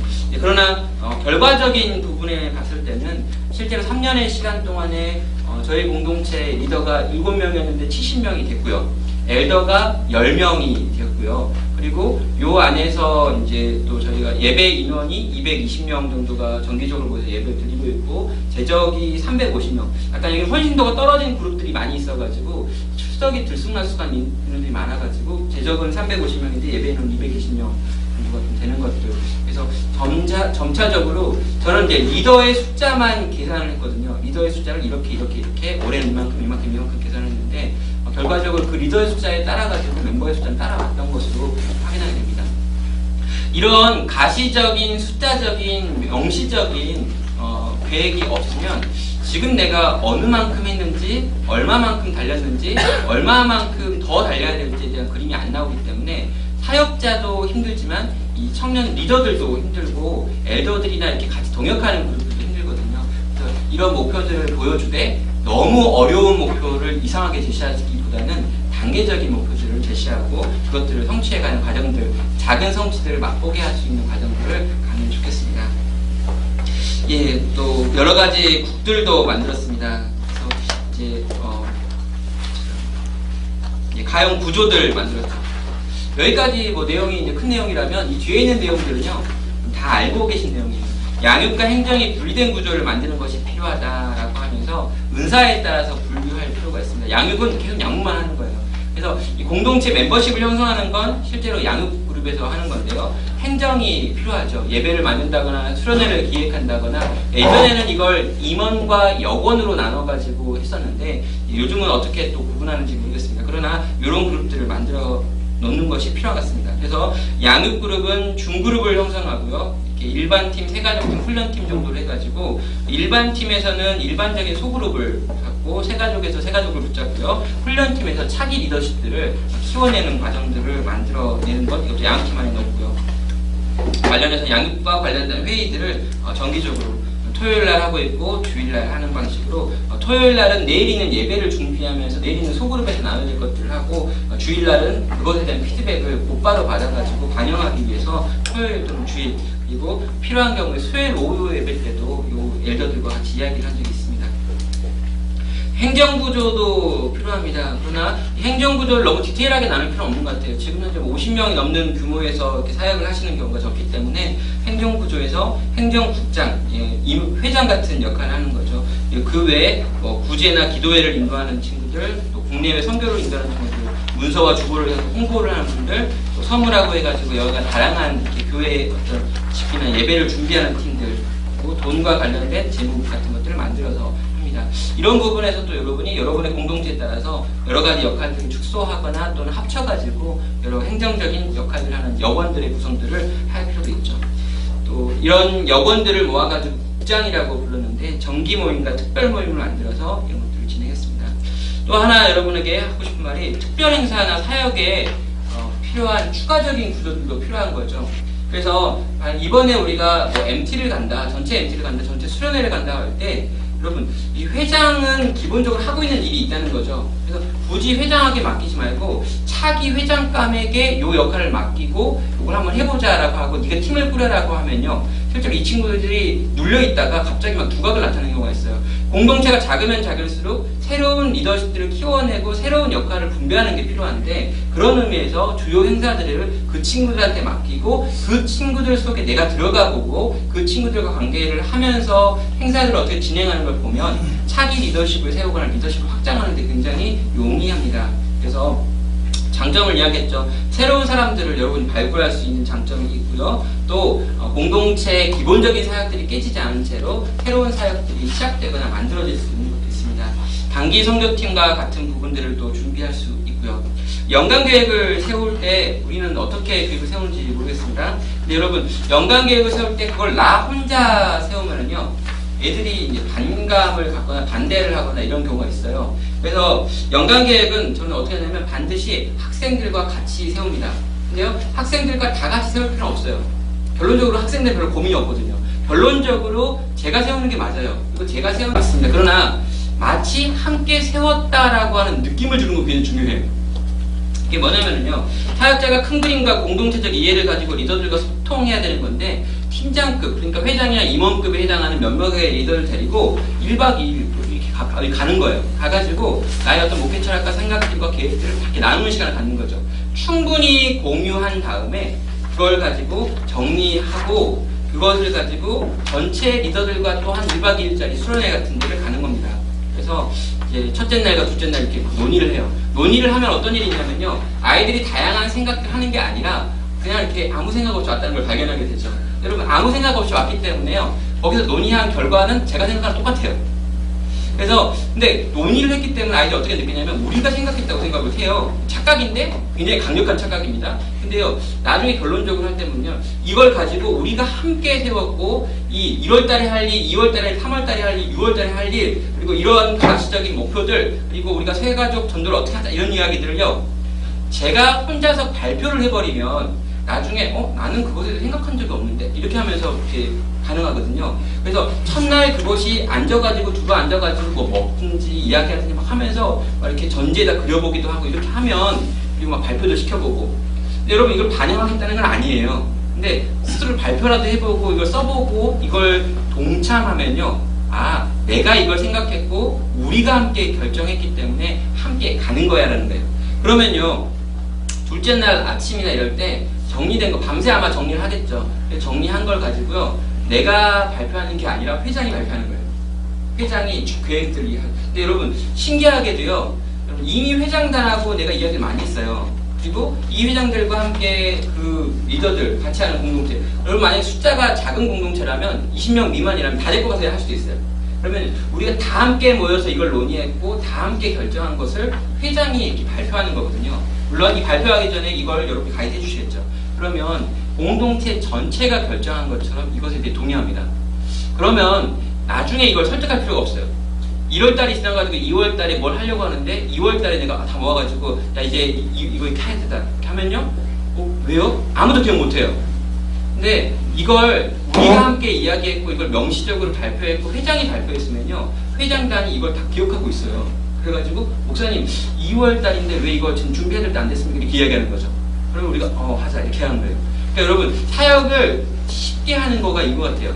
이 1박 2일이 좀 불필요하다고 느껴지는 사람도 있는데요, 1박 2일을 우리가 잘 활용하면요, 6개월 동안 사역을 할지 말지를 고민한 일은 없어요. 그냥 하는 거예요. 그냥 그때 우리가 막 혈서 쓰고 막 이렇게 하고 이렇게 마지막에 우리가 이 일에 대해 동의하게 해가지고 사인 하셔가지고 쫙 해. 그러면 하기로 한 거예요. 그러면 보여주는 거죠. 이거 하기로 하지 않았냐 이렇게. 그러니까 이런 식으로 전체가 이 계획을 세웠다라고 하는 이거에 대해서 주는 것이 청년 사역에 있어서 자발성의 요소에서 굉장히 중요한 요소입니다. 예, 그래서 이제 막 토요일 하겠죠. 모여가지고 사역의 비전을 제시하고 공감대를 형성하고 양육의 큰 틀들을 제공하고 구체화시켜가지고 팀별로 회의를 해보라고 그러고, 전체 사역과 관련된 강조점들을 제시하고 구체적인 일자들과 내용들을 국장들이 알아서, 임원들이 알아서 짜봐라 이렇게 이야기를 하고요. 발표 및 질의응답, 그리고 그것에 대한 교육자의 재조정 같은 것이 끝난 다음에 헌신을 서약하고 발대식을 하는 거거든요. 우리가 이 일에 대하여 하나님 앞에 이렇게 결정했다라고 헌신, 적다면 여러분 사인할 수도 있겠고 아니면 손을 드는 것도 있고, 그런 다음에 발대식으로 1년에 2번 정도 챕터라고 하는 캠프를 하면, 선교단체 때 제가 배웠던 건데 제가 지금까지 청년사역하면서 이건 굉장히 주요했던, 제 사역에 굉장히 중요한 한 흐름인 것 같습니다. 제가 다 생각한 거 맞아요. 근데 학생들이 자기가 생각대로 착각을 해요. 그리고 그 일에 대한 자발성을 가지고 열심히 하더라고요. 구체적인 양육 계획 같은 걸 여러분이 짜셔야 됩니다. 그리고 구체화된 사역과 그것들에 대한 점검 계획들을 가지고 가셔야 합니다. 구체화된 사역 계획들, 전략들 해가지고 블로그로 넣어놓은 부분도 있습니다. 여러분 나중에 블로그로 보시면 되고요. 시간이 제가 아마 1시까지인 것 같은데 브록 한번 간단히 설명할까요? 브록 보십시오.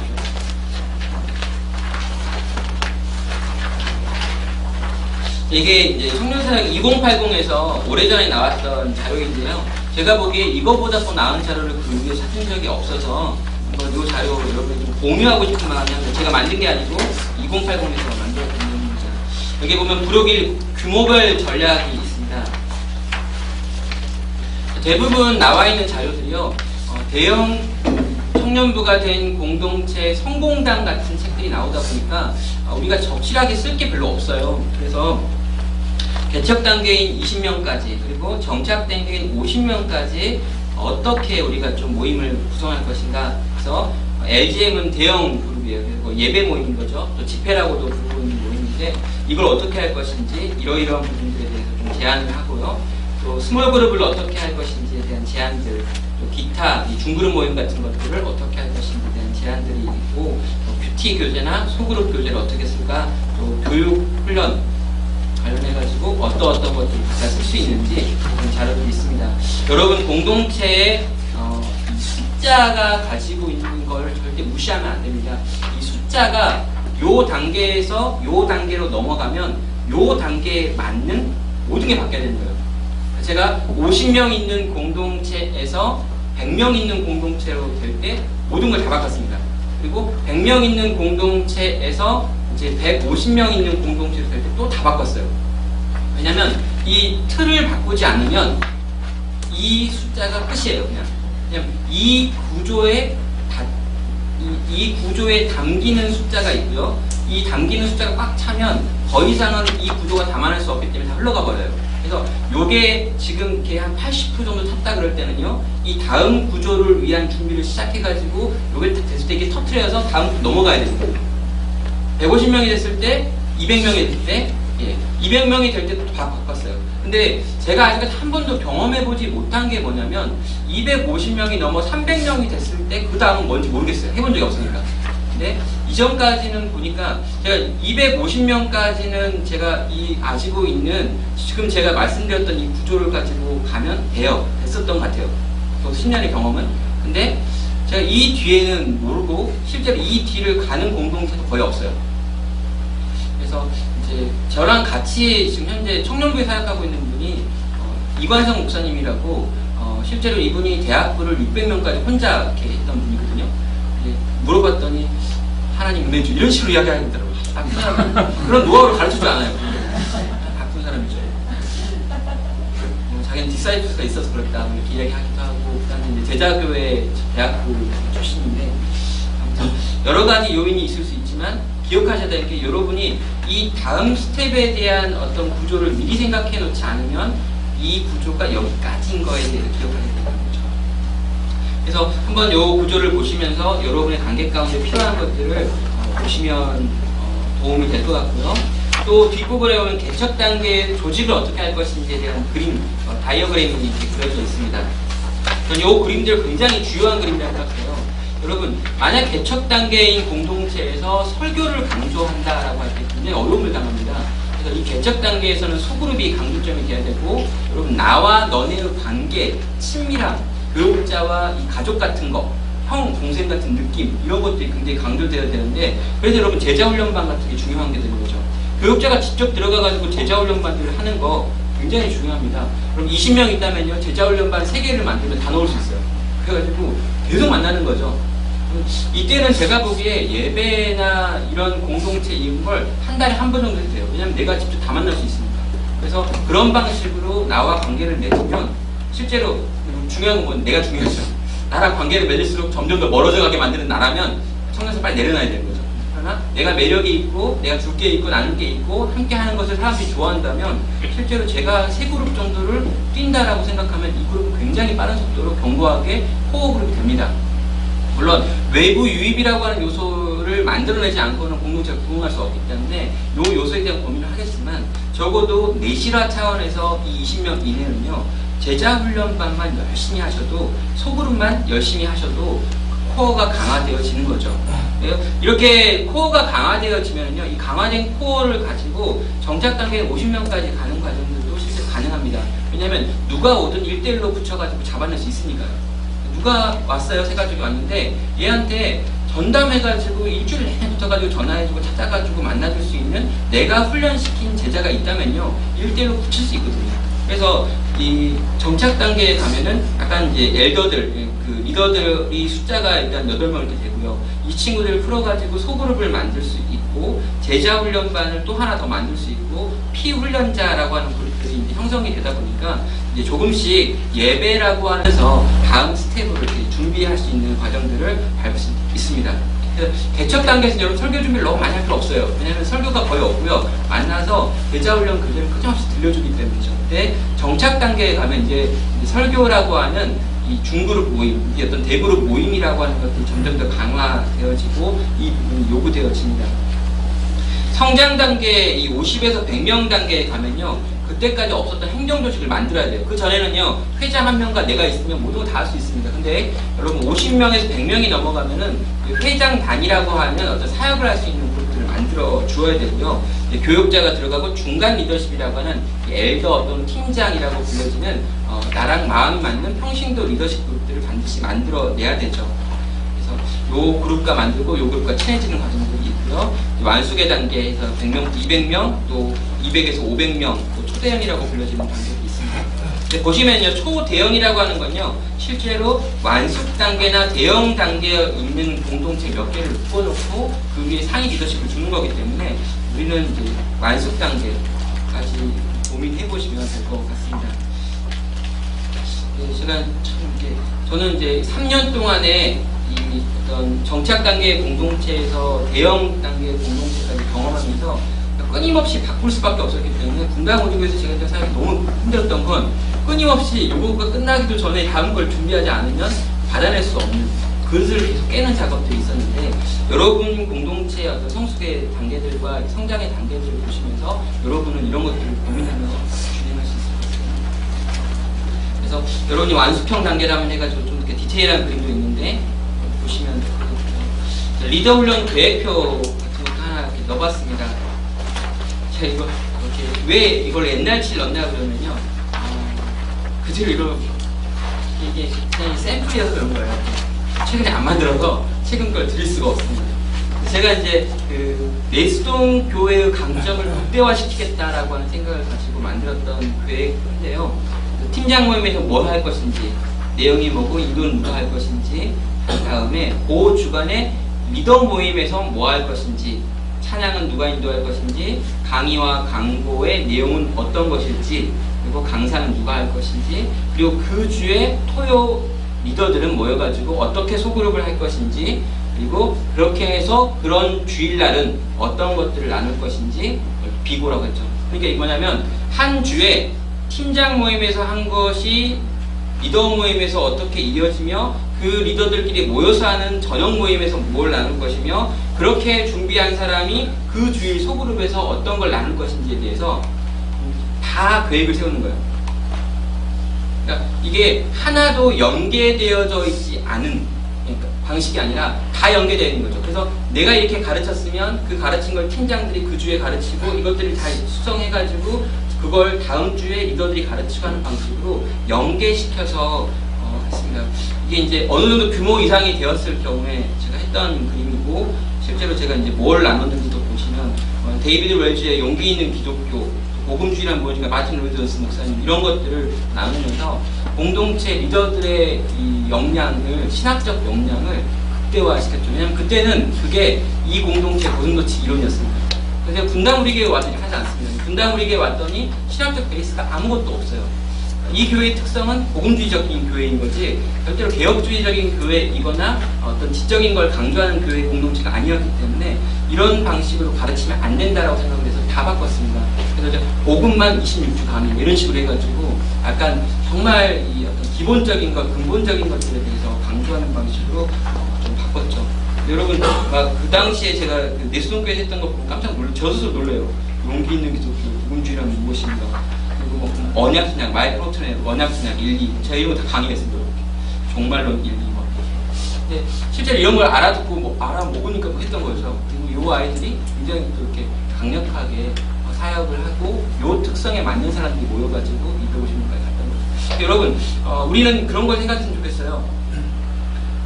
우리가 어떠한 특성을 가지면 요 특성에 맞는 애들 오고 요 특성 안 맞는 애들은 나갑니다. 그래서 모든 사람을 다 받겠다 그러면 아무도 못 받는 거예요. 그래서 내가 어떤 강점을 가지고 있는가, 또 우리가 어떤 강점을 극대화시킬 수 있는가를 가지고 어떤 사람이 맞지 않아서 못 들어올 수 있지만 어떤 사람들은 이것이 좋아서 여기 올 수 있는 매력적 요소를 안 만들어내면요, 작은 교회는요 승부처가 없어요. 그러니까 정말 이렇게 뭔가 화려한 뭐가 있다 그러면 모르겠습니다. 그러나 이게 없는 상태라면 우리가 가진 어떤 강점이 매력적인 것이 될 수 있도록 만들어서 그 매력적인 것으로 인하여 오는 사람들, 그러니까 기본적으로 청년사역자들은요 매니아를 형성시켜야 되는 거예요. 우리는 매니아를 만드는 사역을 하고 있습니다. 제가 제 매니아를 만들어내야 되는 거예요. 굉장히 어려운 작업이지만 그걸 위해서 나를 극대화시켜서 뭔가 제시할 수 있어야 되는 부분들이 우리 안에 있는 거죠. 이런 것들을 도입하고 반영할 수 있다는 책은 아니지만 제가 생각하고 고민했던 내용이 됩니다. 다시 돌아가가지고요. 오늘 이제 요거에 대한 이건요 제가 예전에 만든 강의 아니어가지고 또 제가 그 뒤에 있는 강의까지 제가 다 하기 때문에 여기서 할 수는 없는 것 같은데, 이 시대 청년 사역을 준비하는 이들에게 제가 드리고 싶은 말씀은 여호와여 우리의 포로를 남방 시내들 같이 돌려 부르시서 눈물을 흘리며 씨를 뿌리는 자는 기쁨으로 거두리로다. 울며 씨를 뿌리러 나가는 자는 반드시 기쁨으로 나를 가지고 돌아오리라. 여러분 정말 힘드실 거라는 걸 제가 예언합니다. 그러니까 여러분 정말 청년사역이 되게 힘드실 거예요. 저는 이제 떠나게 됐으니까 여러분 이 청년사역에 있어서 10년 동안 청년들을 섬기면서 정말 점점 더 안 좋구나 이걸 많이 느껴요. 점점 더 상태가 불량해지는구나. 제가 지난주에 고 또래 아이들, 고 또래 친구들이 제가 이제 사임한다는 말을 이렇게 듣고는 마음의 편지라고 해가지고 롤링 페이퍼를 써가지고 줬어요. 그 편지를 읽으면서 참 감사함과 동시에 또 한 번 절망했습니다. 뭐였냐면요, 그 아이들의 편지를 읽는데 10살짜리 제 딸이 쓰는 편지를 읽는 것 같은 느낌이 드는 글들이 그 18명이 편지를 써줬는데 한 8명이 그래요. 여러분, 아이들의 국어 실력이 현격하게 떨어져서 제가 느꼈던 건 뭐냐면 제가 하는 설교의 많은 내용들을 이 친구는 이해하는 게 불가능하기 때문에 19살짜리 친구한테 진짜 어떻게 해야 될까. 여러분 저는 PPT 사용하지 않습니다. 왜냐면요 믿음은 들으면서 난다고 믿기 때문에요. 다른 화려한 것은 뭐 이렇게 PPT를 사용하거나 이럴 텐데 저도 PPT 만들 줄 알고 프레이즈 쓸 줄 아는데 안 하는 거예요. 안 믿네요. 두 번째 강의 때 이제 PPT 사용하겠습니다. 근데 정말로 우리 청년들이 정말 이렇게 말을 못 알아듣는구나. 저는 정말 쉽게 설명한다고 했는데도 이 말을 알아듣기가 쉽지 않겠구나라고 하는 언어적인 한계가 있는 아이들이 이제 올라오는구나라는 걸 느낀 거죠. 우리는 어떻게 사역해야 될까? 어떻게 사역할 수 있을까라고 하는 낙심한 마음이 또 한 번 생기는 것 같습니다. 이 일은 굉장히 버거울 것입니다. 10년 동안 60만이 사라졌고요. 또 10년 동안 한 40만이 사라졌습니다. 100만이라고 하는 사람들이 이 청년 세대에서만 사라져가고 있는 때를 경험하며, 여러분 우리가 섬기는 학생들 20대 초반의 아이들이라면 지금 걔들이 살고 있는 캠퍼스는 100명 속에서 교회 다니는 애가 4명밖에 없는 정글보다 더 심각한 속에서 믿음을 지키며 살아가면서 교회에 나와주는, 근데 그 교회에 나와주는 애들의 수준을 여러분이 보시면 너무 약하죠. 이 아이들을 데리고 과연 하나님 나라를 위하여 내가 수고하고 있을 수 있을까? 여러분의 이력에 큰 마이너스가 되는 건 아닐까라고 하는 고민들이 있을 거고요. 이 일은 버거울 것 없습니다. 참 힘들 거예요. 근데 제가 이 길이 준 약속이 있는데 뭐냐면요, 반드시 기쁨으로 그 곡식단을 가지고 돌아올 거라고 하는 약속이 있네요. 제가 이 약속이 어떻게 성취됐는지는 또 뒤에서 이야기를 하고요. 그래서 여러분에게 제가 요구하고 싶은 건요, 아웃라이어라고요, 좀 이렇게 한계치를 뛰어넘는 성경 사역자들이 되시기를 바랍니다. 아웃라이어라는 말이 오는 1만 시간의 법칙이라고 하는 내용이 나와있던 책인데, 우리가 이 청년 사역에 관하여서 보통 사람들이 투자하는 것보다 훨씬 더 많은 걸 투자할 수 있는 사람, 그래서 우리 한계를 좀 뛰어넘는 사람이 되면 좋겠다는 생각을 하고 있습니다. 저는 제가 아웃라이어가 되려고 노력을 했어요. 1만 시간을 뛰어넘으려고요. 그리고 제가 10년 동안 청년 사역을 하면서 1만 시간을 넘은 것 같아요. 근데 어떤 일이 벌어지냐고요? 청년들 보면요, 얘가 이렇게 보여요. 얘가 믿음이 있는지 없는지 눈빛을 보면 얘는 약간 이제 경기를 일으키려고 아니고 이런 거 보여요. 약간 애들이 저한테 뭐 그런 말 합니다. 목소리 약간 무상 아니고 이런 말이죠. 네, 진짜를 위해서 보이더라고요. 얘가 얘를 좋아하는 게 보이고 얘는 얘를 좋아하는 게 보여요. 큰일 났다, 너 안 돼. 이렇게 말하면 맞아요. 네, 10년 동안 계속 얘네들밖에 안 쳐다봤거든요. 여러분 청년 사역에 있어서 여러분에게 주어진 시간이 얼마일지 모르지만 이 시간 속에서 여러분이 정말 집중하고 애쓰고 바라보신다면 이 길의 약속인 기쁨으로 가는 거두게 되는 것도 경험을 해드리겠습니다. 여기까지 강의하고요. 또 식사 맛있게 하시고요. 또 5회 뵙겠습니다. 감사합니다.